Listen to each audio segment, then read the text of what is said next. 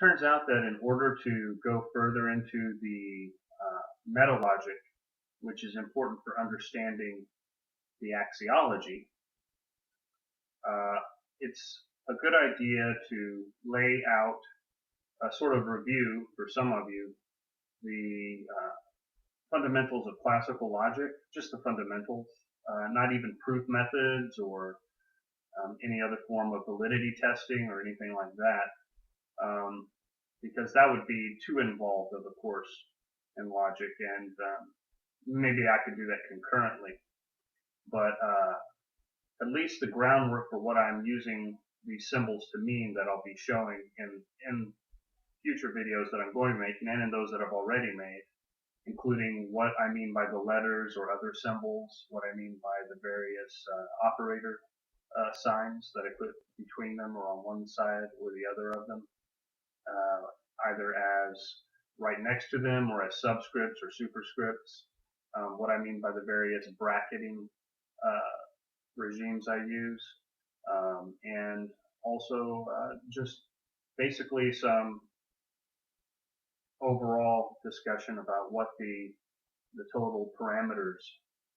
of the symbolization of logic are intended to convey in various ways, and what they're supposed to add to the discussion, what they reflect about the discussion that people have already been having that was also quite logical in just as many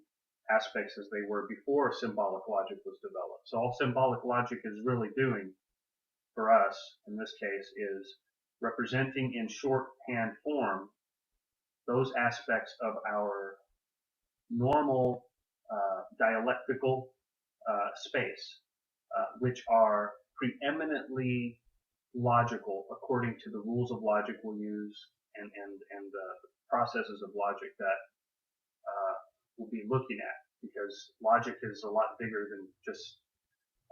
that domain. And it is also true that as a science, it has further reach than just what is found in classical logic. So in other words, it's always larger in its significance than the way that you're using any given kind of logic, and of course the kinds of logic that there are and the varieties of logic are much more diverse than just the classical logic, and especially much more so than just the amount of classical logic that I'll be using. And how much I'll be using and the kinds of proofs I'll be conducting, or the kinds of representations I'll be making with symbolic logic, as I have already been and as I will be more than I'll introduce up front in this series of logic videos. But at the same time, I will continue the series discussing the ins and outs of different aspects of the logic that I use beyond this initial series of 3 or 4 videos before going back into the meta logic, which then takes the discussion of logic into a detailed relationship to the work that I'm doing in axiology and perhaps also in philosophy generally. And then finally there is the effort to go back into the axiology directly from that meta logic,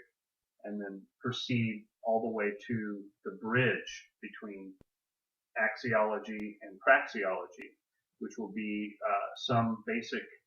discussion of the principles of the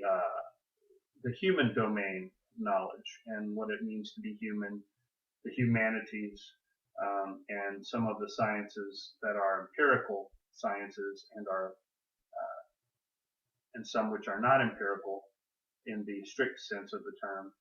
and how they all relate to the humanities as Gnosticism will understand them generally. And then finally from that bridge, which will be abbreviated at first, maybe just an introduction in each area, we'll dive right into, while continuing to concurrently further the other series, the videos in the other series just mentioned. Then we'll continue into the praxeology, and in the praxeology, a discussion of the world as it really is, basically as journalism and history and all the other clues that tell us about the factual state of the world through time, and what that means as a whole, and what that means in each area, and what the areas are, will then be the next investigation in the series, which will be an investigation as much as an exposition. Right now, this is an exposition because I'm exposing knowledge that I'm making claims about right now that I show are true in the present tense. But I'm going to go through the once we cross the bridge of the humanities, looking into the praxeology. I'll start with an approach that will look into maybe some methods, some heuristics for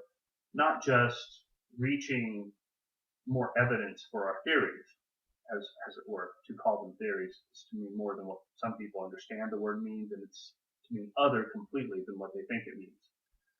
But basically, it's more than just to fill up the theories with content and then to apply them in order to get a sense of their application. No, it's also in that this process, when done in a certain way, yields a special kind of deduction, which I call a metaphysical deduction. And there are various shades of that kind of deduction, which relies on an examination of crucial features of the world as a whole, without which this deduction cannot be made, and with which you have at least the necessary minimum for this deduction. And what's the necessary the minimum necessary for this deduction, but you don't have the minimum necessary for the deduction to take place. That's what's sufficient for the deduction to take place, and that's a bit of a bridge into a whole nother domain, which I may not make any videos about or discuss with anyone.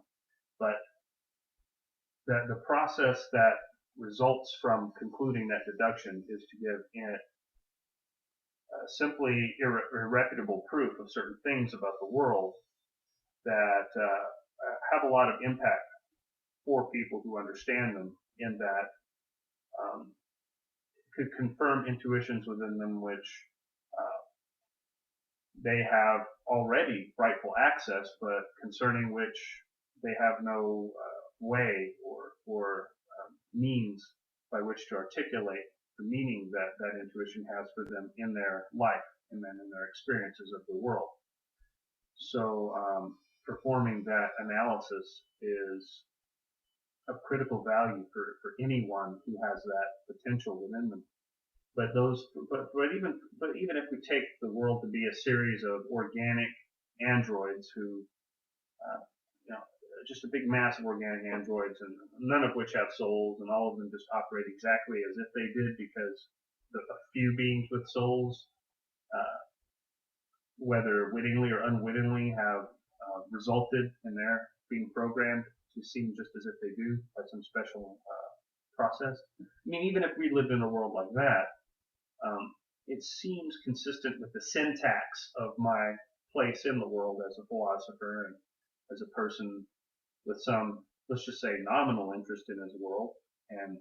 physical presence in it, should probably continue to do whatever it is that is his heart's desire. And in philosophy, for me,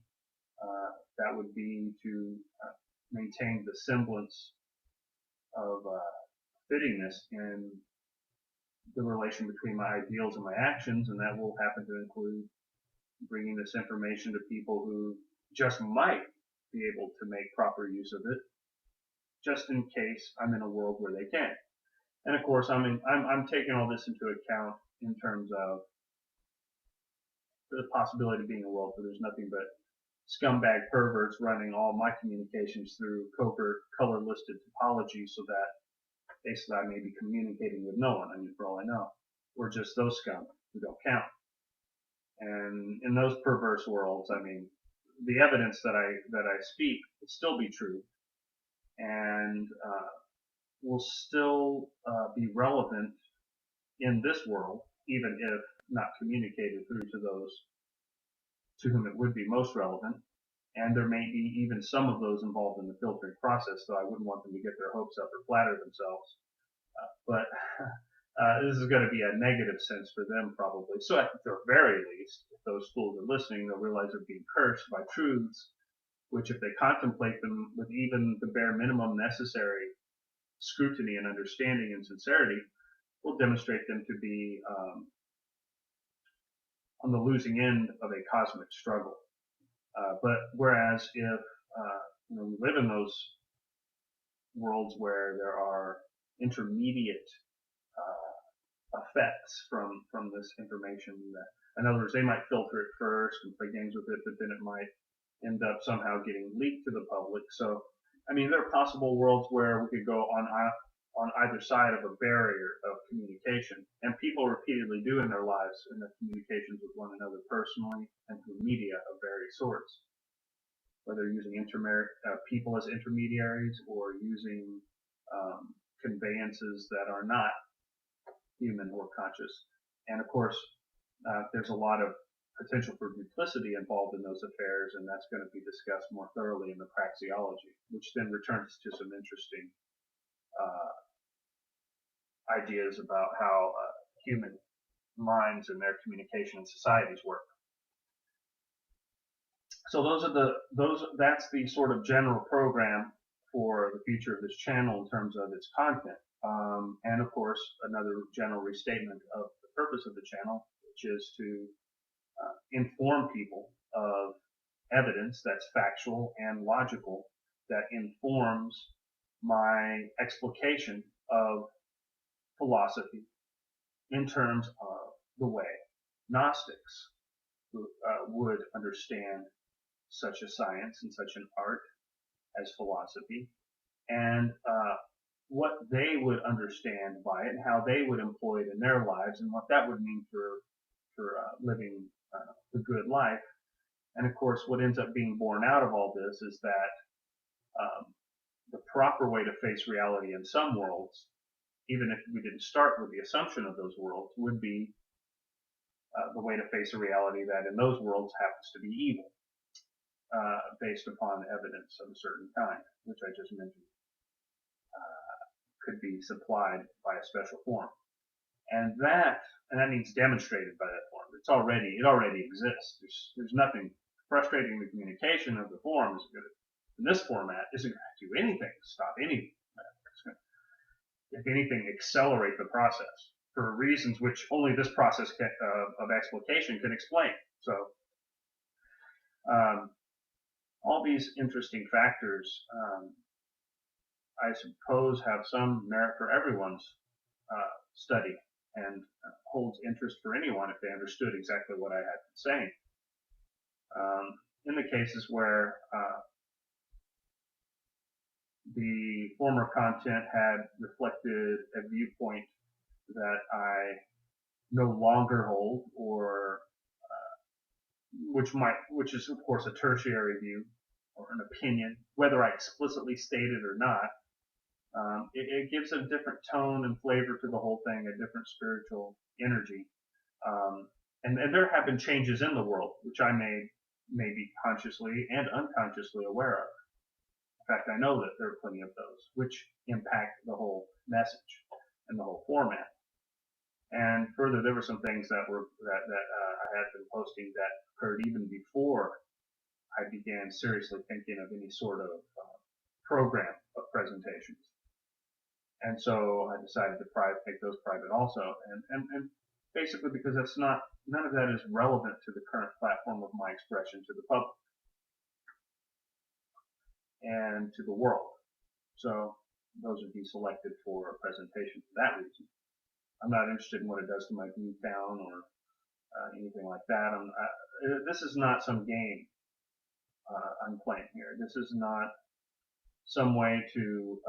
attract people's attention per se.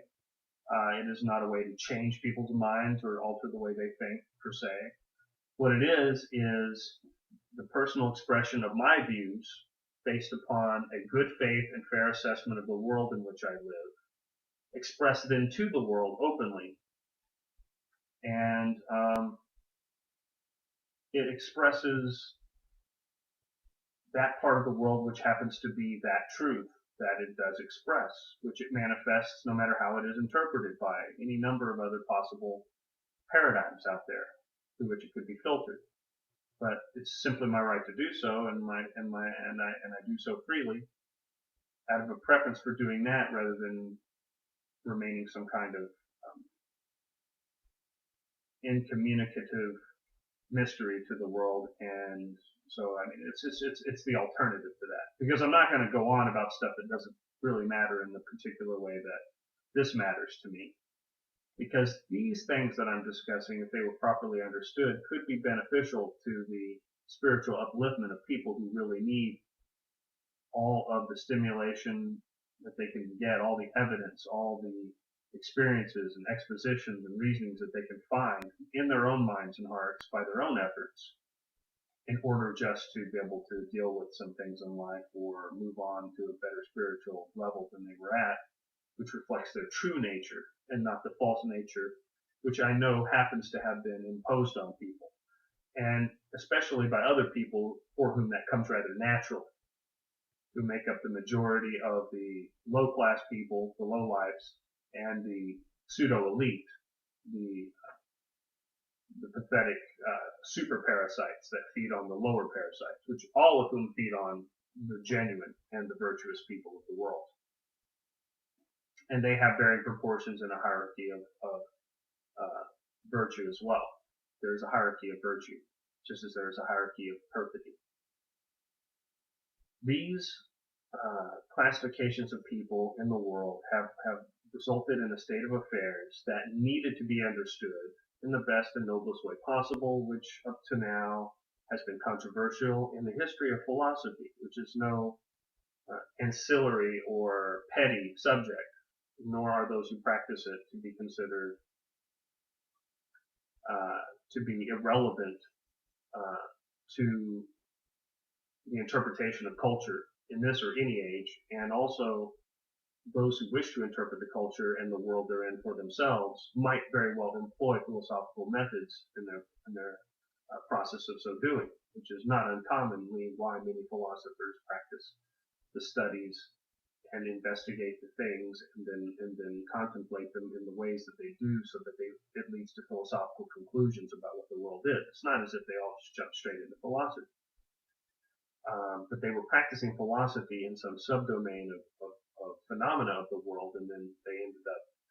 fully broaching philosophy as such, because they ended up developing higher order interests in explaining phenomena in their world, the subjective and objective features of the world. And therefore there is a philosophical level of understanding in any subject, and there is a philosophical domain of subjects which are especially studied by those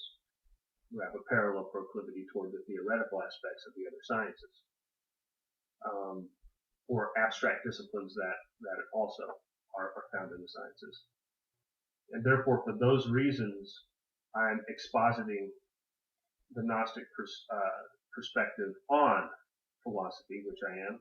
and expressing the significance that philosophy holds for the way that I view the world, and also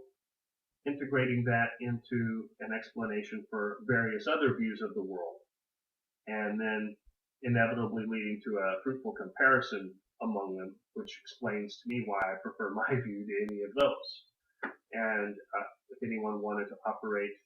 similarly in their own mental spaces in order to develop such a preference and explain it to themselves and be assured of it in whatever direction they would want to go, this, far from being a prescription on how to do it, would be at least an example of how it was done. And then, of course,